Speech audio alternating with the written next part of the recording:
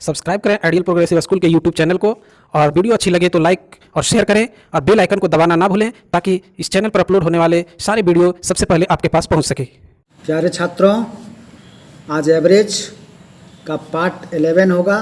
वस्तुनिष्ठ प्रश्न से क्वेश्चन नंबर 1, प्रथम 10 प्राकृत संख्याओं का औसत क्या होगा।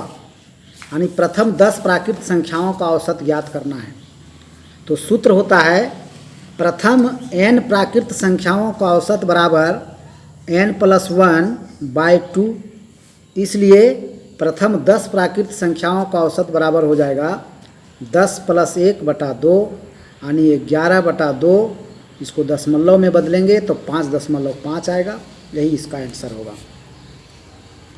नेक्स्ट है क्वेश्चन नंबर 2, प्रथम 5 भाज्य संख्याओं का औसत क्या होगा।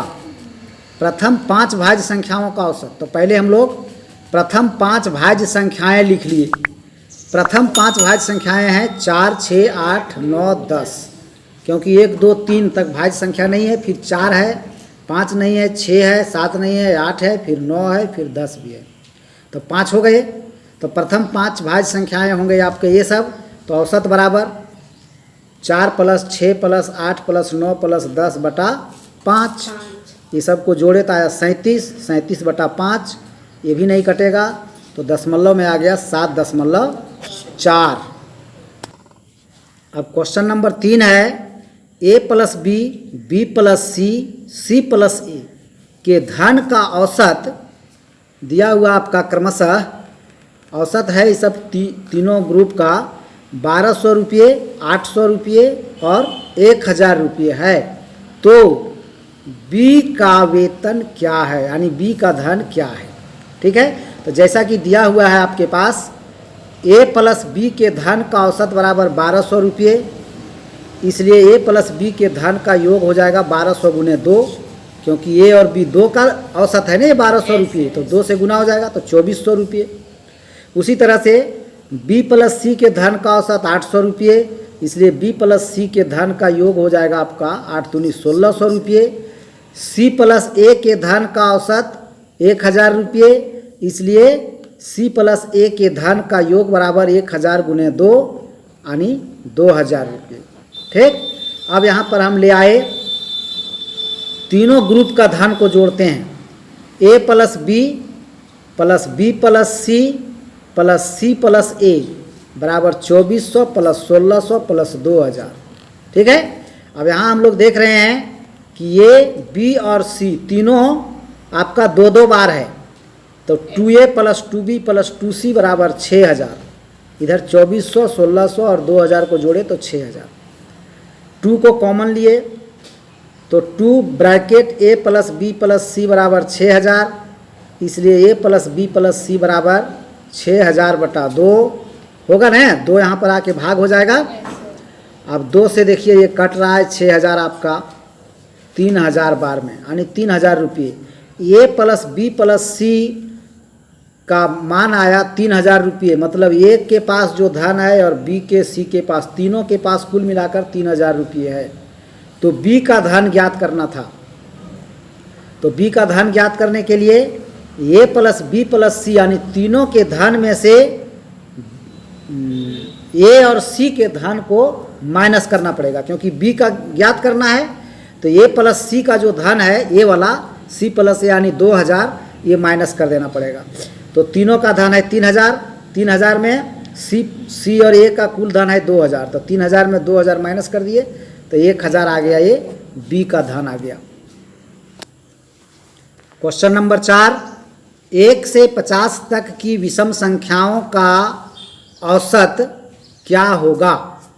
1 से 50 तक की विषम संख्याओं का औसत बराबर प्रथम 25 विषम संख्याओं का औसत।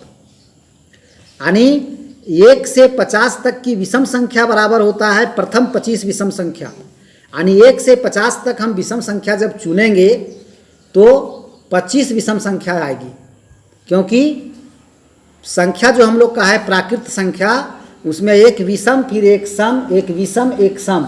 विषम से शुरू होता है, फिर दूसरा सम, तीसरा विषम, चौथा सम, इस तरह से चलते जाता है। क्या तो 1 से 50 तक हम जाएंगे तो 25 विषम संख्याएं प्राप्त होंगी। तो 1 से 50 तक की विषम संख्या को हम प्रथम 25 विषम संख्या भी कह सकते हैं। तो कहने का मतलब है कि प्रथम 25 विषम संख्या का औसत हमको ज्ञात करना है। दूसरे शब्दों में तो सूत्र है प्रथम n विषम संख्याओं का औसत बराबर n, इसलिए प्रथम 25 विषम संख्याओं का औसत बराबर 25 आंसर। तो 25 आंसर हो गया इसका। इस तरह से अगर सूत्र आपको याद है तब, अगर सूत्र नहीं याद है तो उस परिस्थिति में आपको इस तरह से बनाना पड़ेगा जो हम दूसरी विधि से बना दिए हैं, वो देखिए आप। कह रहा है क्वेश्चन में 1 से 50 तक की विषम संख्याओं का औसत ज्ञात करना है। तो हमें क्या करना होगा कि 1 से 50 तक मतलब जितनी विषम संख्याएं हैं, जो विषम संख्याएं हैं सबको जोड़ करके और जितनी होंगी उतना से भाग देना पड़ेगा। तो 1 से 50 तक देखिए ये सब विषम संख्याएं हैं, तो हम लोग लिख दिए हैं 1 से 50 तक की विषम संख्याओं का औसत बराबर 1 + 3 + 5 + 7 + 9 + 11 + 13 + 15 + 17 + 19 + 21 + 23 + 25 + 27 + 29। इस लाइन में नहीं भी हटा तो फिर नीचे लिख दिए +31 + 33 + 35 + 37 + 39 + 41 + 43 + 45 + 47 + 49। 50 तक न जाना था तो 49 तक ही हम विषम संख्या को लिख पाएंगे, क्योंकि 49 के बाद जो 50 है वो तो सम संख्या है, इसलिए 49 तक हो गया। अब इन सब को प्लस करेंगे, लेकिन ये संख्याएं है कितनी, तो ये सभी है 25। 25 संख्या है तो लिखिए बटा 25, 25 से भाग देना पड़ेगा। अब जब इन सबों को आप जोड़ेंगे, ठीक है, तो आएगा 625 और बटा 25, तो 625 बटा 25 है, तो इसको काटेंगे तो 25 से 625 होता है। कट गया 25 बार में, तो 25 इसका आंसर हो गया। इस तरह से भी सूत्र पर भी हम लोग सॉल्व किए थे तो 25 आया था, ऐसे भी 25 आ गया। क्वेश्चन नंबर 5, 15 छात्र की औसत आयु 18 वर्ष है। एक नए छात्र की आयु भी जोड़ दिया जाए तो औसत में 1 वर्ष की कमी हो जाती है। तो नए छात्र की आयु बताएं। देखिए यहाँ पर आपके दिया हुआ है 15 छात्र की औसत आयु बराबर 18 वर्ष, इसलिए 15 छात्र की कुल आयु हो जाएगा 15 × 18 यानी आएगा आपका 270 वर्ष। एक नए छात्र की आयु जोड़ने पर, एक नए छात्र की जब आयु जोड़ देते हैं तब पहली बात होती है कि कुल छात्र हो जाते हैं 15 + 1 = 16 और 16 छात्रों की औसत आयु कितनी हो जाती है 18 - 1 = 17 वर्ष, क्योंकि कहा है कि नए छात्र की आयु जोड़ने पर औसत आयु 1 वर्ष कम हो जाती है। तो पहले थी औसत आयु 18 वर्ष, तब हो जाएगी 17 वर्ष। तब 16 छात्रों की कुल आयु बराबर हो जाएगा 16 × 17 यानी 272 वर्ष। इसलिए नए छात्र की आयु बराबर 272 - 270 यानी 2 वर्ष। क्वेश्चन नंबर 6, किसी वर्ग के 30 छात्रों का औसत उम्र 18 वर्ष है। यदि उनमें शिक्षक की उम्र भी शामिल कर ली जाए तो औसत उम्र 19 वर्ष हो जाती है।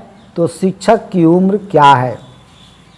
पहले हम लोग देखते हैं 30 छात्रों की औसत उम्र है 18 वर्ष, तो 30 छात्रों की कुल उम्र हो जाएगी 30 × 18 यानी 540 वर्ष।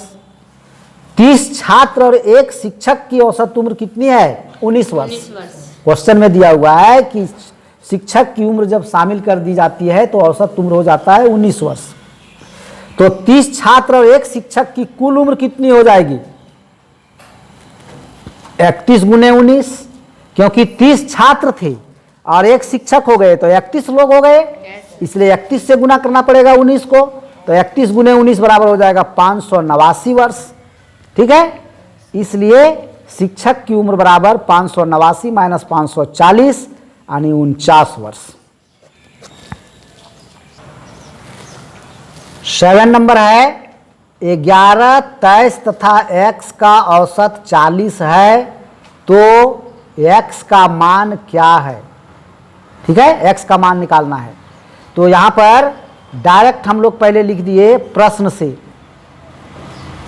बोल रहा है 11, 23 और x का औसत 40 है, तो ये 11 प्लस 23 प्लस x बटा 3, क्योंकि ये 3 संख्याएं हैं, तो 11 प्लस 23 प्लस x बटा 3 बराबर 40, ये क्वेश्चन में कह रहा है।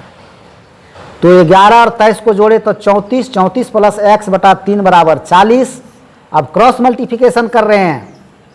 ठीक है, यहाँ पर 40 बटा 1 कर देते हैं, तो क्रॉस मल्टीप्लिकेशन होगा तो 34 प्लस x बराबर 40 दिया 120, इसलिए x बराबर 120 माइनस 34 बराबर 86 आंसर। क्वेश्चन नंबर 8, सोम, मंगल तथा बुध का औसत तापमान 25 डिग्री सेल्सियस था और मंगल, बुध तथा बृहस्पतिवार का औसत तापमान 42 डिग्री सेल्सियस था। यदि बृहस्पतिवार का तापमान 22 डिग्री सेल्सियस रहा हो तो सोमवार का तापमान क्या होगा। तो इस तरह का कई बार क्वेश्चन बना चुके हैं आप इस चैप्टर में। दिया हुआ है सोम, मंगल, बुध का औसत तापमान 25 डिग्री सेल्सियस, तो सोम, मंगल, बुध का कुल तापमान हो जाएगा 25 गुने 3 75 डिग्री सेल्सियस। 3 कहाँ से आया, क्योंकि 3 दिन का तापमान था ये औसत तापमान 25 डिग्री। ठीक है, सोम, मंगल, बुध, इसलिए 3 से गुना करना पड़ा, 75 डिग्री सेल्सियस आ गया कुल तापमान। मंगल, बुध, बृहस्पति का औसत तापमान 42 डिग्री सेल्सियस, तो यहाँ भी 3 दिन है, इसलिए मंगल, बुध, बृहस्पतिवार का कुल तापमान हो जाएगा 42 गुने 3 126 डिग्री सेल्सियस।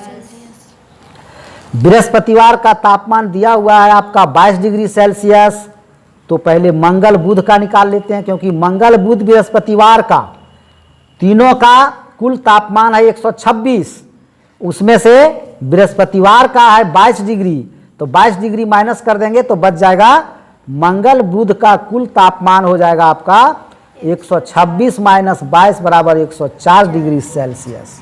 ठीक है, अब मंगल, बुध का निकल गया और यहाँ ऊपर में आपके पास सोम, मंगल, बुध तीनों दिन का कुल तापमान है 75 डिग्री सेल्सियस। ठीक है, उसमें से मंगल, बुध का ही कुल तापमान 104 डिग्री सेल्सियस है, तो सोमवार का कितना है।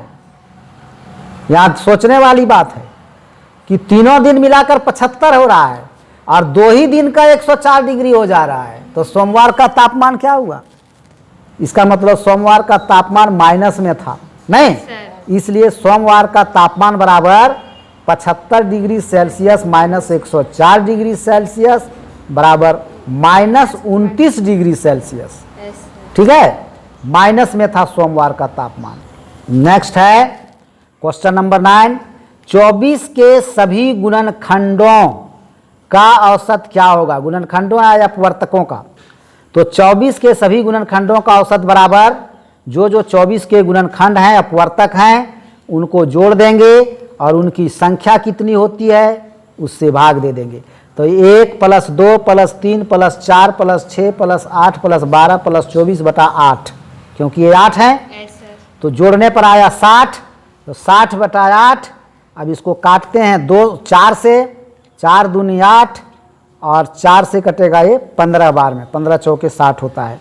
15 बटा 2 आ गया और 15 बटा 2 को दशमलव में चेंज किए तो 7.5। क्वेश्चन नंबर 10, 12 से 40 तक की सभी सम संख्याओं का औसत क्या होगा। 12 से 40 तक में जितनी सम संख्याएं आती हैं उनका औसत ज्ञात करना है। तो हम लोग पहले देखेंगे कि 12 से 40 तक कौन कौन सी सम संख्याएं हैं, उनको जोड़ देंगे और जितनी सम संख्याएं होंगी 12 से 40 तक उतना से भाग दे देंगे। तो देखते जा रहे हैं 12 से 40 तक। देखिए यही सब सम संख्याएं हैं, 12, 14, 16, तो सबको प्लस प्लस करके लिख दे रहे हैं। एक लाइन में नहीं आता तो 2 लाइन में लिखना पड़ा है, ठीक है। तो ये सब को 40 तक हम 12 से लेकर के 40 तक सम संख्याओं को लिखे हम प्लस प्लस करके। तो और इनको जब जोड़े तो आ गया 390, और इनकी संख्या कितनी हो गई गिनने पर 15, इसलिए बटा 15 लिखे। 390 बटा 15, इसको काटेंगे तो 15 से ये 26 बार में पूरा पूरी कट जाएगा और 26 ही होगा इसका आंसर। और इस तरह से आप लोगों का आज का क्लास यहीं तक रहेगा। अब नेक्स्ट डे नेक्स्ट क्लास। धन्यवाद।